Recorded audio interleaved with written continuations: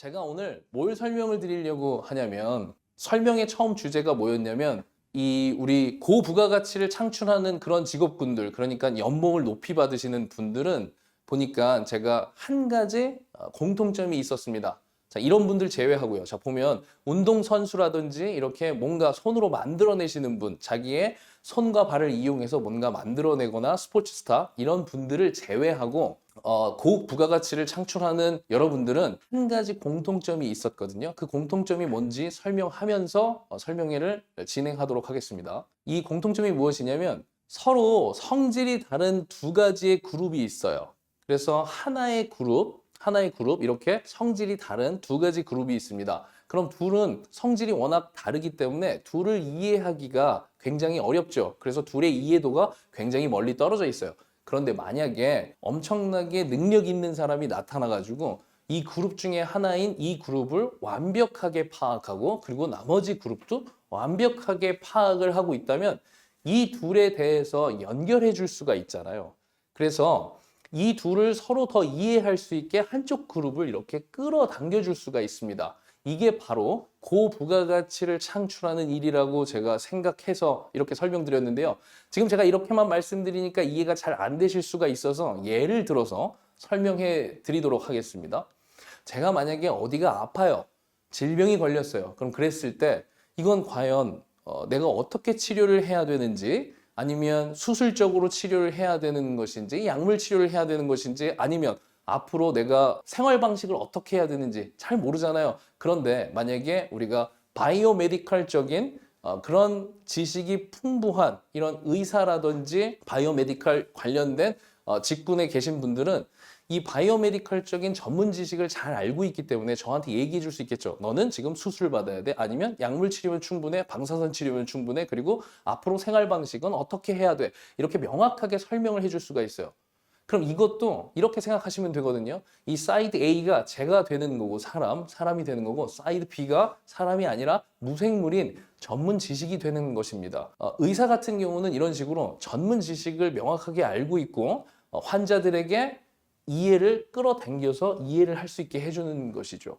이 의사뿐만이 아니고 당연히 법 쪽에도 마찬가지로 적용할 수 있는데, 제가 소송을 당하거나 소송을 해야 되거나 억울한 일을 겪었을 때 저는 법적으로 정확하게 명확하게 알고 있지 않으니까 어떻게 해야 되는지 어떻게 행동해야 되는지 잘 모를 수가 있어요. 그런데 이 변호사분들은 이 법쪽에 대한 완벽한 이해를 하고 있기 때문에 이쪽에 대한 이해를 잘할수록 사람을 이해하는 쪽으로 끌어당길 수가 있을 거잖아요. 그래서 앞으로 너는 법 쪽에서 봤을 때는 이런 방향으로 하는 것이 너한테 더 유리할 수 있으니 이렇게 해라, 저한테 조언을 해줄 수가 있겠죠. 그래서 이쪽 사이드 사람에 대한 이해를 하고 이들이 원하는 니즈가 뭔지 정확하게 파악하고, 그리고 무생물인 전문 지식 이것을 명확하게 알고 있으면 서로 이해도를 더 끌어당길 수가 있다.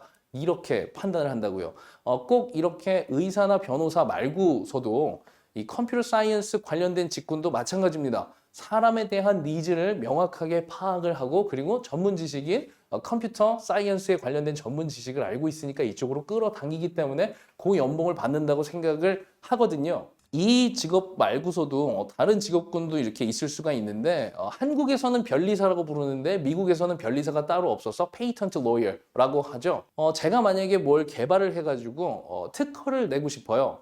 그럼 그랬을 때 특허를 어떻게 내야 되는지 과정도 모르고 법 쪽도 알아야 되고 사이언스적인 관련된 그런 지식도 알아야 되는데, 이런 페이턴트 로이어나 변리사 같은 분들은 이쪽에 대한 지식, 법과 사이언스에 관련된 지식을 명확하게 알고 있어서 이 사람에 대한 니즈를 파악을 했기 때문에 이쪽으로 끌어올 수가 있단 말이죠. 그래서 이런 식으로 고부가가치를 창출하는 능력을 가지고 있는 사람들은 전문적인 이런 지식과 사람에 대한 이해를 통해서 서로의 이해도를 끌어당겨주는 그러한 역할을 하고 있다고 저는 생각합니다. 너무 제가 전통적인 그런 직업들만 예로 들었기 때문에 좀 요즘 직업으로 한 번만 더 설명을 해보면, 프롬프트 엔지니어라는 것이 있습니다. 여러분들 요즘에 잘 핫하게 떠오르는 직업이라서 많이 접해보신 분들도 많이 있으실 텐데 이 프롬프트 엔지니어가 뭐 하는 거냐면 이 제너러티브 AI 이걸 먼저 이해해야 프롬프트 엔지니어가 뭐 하는지를 이해할 수 있거든요. 제너러티브 AI는 제일 대표적으로 챗 GPT가 있습니다. 예, 생성형 AI라고 하죠. 저희가 필요한 어떤 것을 자연어로 사람의 언어로 인풋을 해주면 이들이 서류도 만들어주고 아니면 영상을 만들어주기도 하고 사진 이런 것들도 만들어주기도 하고 때로는 경제적인 지표도 예측하기도 하고 디맨드도 예측하기도 하고 별의별 것을 전부 다 만들어줍니다. 그럼 그랬을 때 우리가 뭔가를 인풋해야 되잖아요. 그랬을 때 그것을 효과적으로 인풋하는 사람들을 우리가 프롬프트 엔지니어라고 부르기로 합니다. 예를 들어서 한번 설명을 해볼게요. 요즘에 컴퓨터 비전은 어디에 많이 쓰이냐면 자율주행을 할 때 필수적인 테크놀로지이죠. 이 카메라들이 이제 사람들처럼 인지를 해서 지나가는 것이 이게 개인지 사람인지 버스인지 신호등인지 본인이 스스로 알아서 판단을 해야 되기 때문이죠.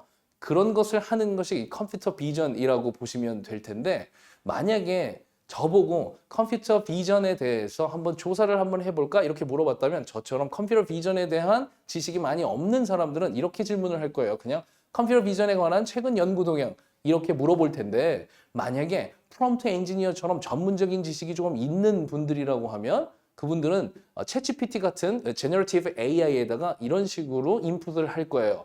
자, 뭐 어쩌고저쩌고 하는데 여기 보면 IEEE 있죠? 이게 이쪽 분야에서 제일 유명한 연구 논문 저널 이름이라고 합니다. 그리고 여기 뭐 CVPR이라든지 ICCV 이런 것이 이쪽 저널을 바탕으로 한 이 학술 대회, 가장 유명한 학술 대회들인데 여기서 요즘 핫한 개념, 이런 개념이랑 개념별로 나눠서 좀 설명을 해줄래? 이런 식으로 구체적으로 질문을 할 수가 있다고요. 그렇게 되면 이 생성형 AI가 대답을 이런 식으로 해줄 수가 있어요. 간단하게 물어봤을 때는 여러분들도 아시다시피 간단하게 이렇게 답이 나오는데 전문 지식을 활용해서 물어보면 이런 시각화 자료랑 이런 것까지 우리가 레퍼런스까지 같이 한번 보여줄래? 이렇게 물어보면 이런 부분까지 자세하게 나올 수가 있기 때문에 결과가 전혀 다르게 나온다는 것이죠. 그래서 결국엔 제가 앞에서 말씀드린 고부가가치를 창출하는 직업들과 마찬가지로 이 프롬프트 엔지니어 같은 경우도 클라이언트, 사람에 대한 이해를 이들이 원하는 목적을 명확하게 이해를 하고 나서 그리고 이 제너러티브 AI의 특성을 명확하게 알고 있어야지만 인풋을 제대로 해서 우리가 원하는 결과값을 뽑아낼 수가 있다고요. 그래서 제가 생각하는 이 고부가가치를 창출하는 직업군들이 어떤 능력을 갖고 있어야 되는지 이제 좀 정리를 해보려고 하는데 그래서 이 프롬프트 엔지니어 같은 경우도 이렇게 고연봉을 받을 전망 있는 그런 뭐 전공이다 이런 내용입니다. 이렇게 고부가가치를 창출하는 직업군은 한쪽 사이드, 이 한쪽 사이드가 뭐냐면 깊이 있는 전문 지식을 바탕으로 해서 사람에 대한 이해를 통해서 이 사람들이 이 깊이 있는 전문 지식을 얼마나 더 이해가 될 수 있게 끌어당기는 이런 역할을 하는 분들이 고부가가치를 창출하는 그런 분들이라고 저는 생각을 하는데 이것을 똑같이 대학에서도 이런 학생들을 우리는 찾고 있다고 저는 파악하고 있고 대학에서 이 기준에 맞춰서 우리 학생들을 평가하고 있어요. 그러니까 대학에서 얼마나 이 학생들이 깊이 있는 전문 지식을 잘 이렇게 받아들일 수 있는 학생인지 그리고 다른 사람들을 얼마나 잘 이해할 수 있는 학생인지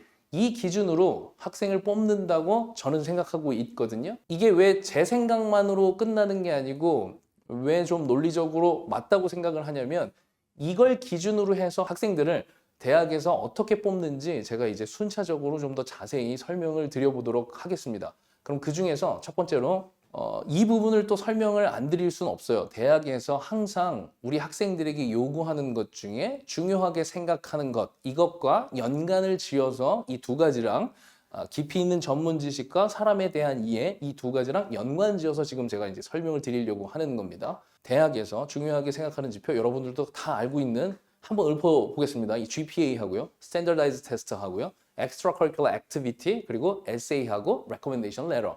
이렇게 있을 수 있습니다. 그럼 그 중에서 전문 지식에 해당하는 그러니까 여기서는 고등학생들에게 너네들이 전문 지식을 많이 이미 가져와라 이런 것을 요구하는 것이 아니고 전문 지식을 많이 이렇게 얻을 수 있을 만한 능력을 갖고 있는 그런 학생을 선발하고 싶어 하겠죠. 그런 것을 우리가 어디에서 확인할 수가 있냐면 GPA나 SAT나 ACT, Standardized Test, 그리고 Extracurricular Activity에서 이렇게 확인을 할 수가 있습니다. 그리고 사람에 대한 이해, 이거는 평가하기가 좀 어려운 부분이라서 제가 뒷부분에서 조금 더 자세히 설명을 드릴 건데, 이 사람에 대한 이해는 우리가 앞서 말씀드린 이 목록 중에서 EC나 SA나 Letter of Recommendation, 이 추천서, 이렇게 여기서 판단할 수가 있을 것 같습니다.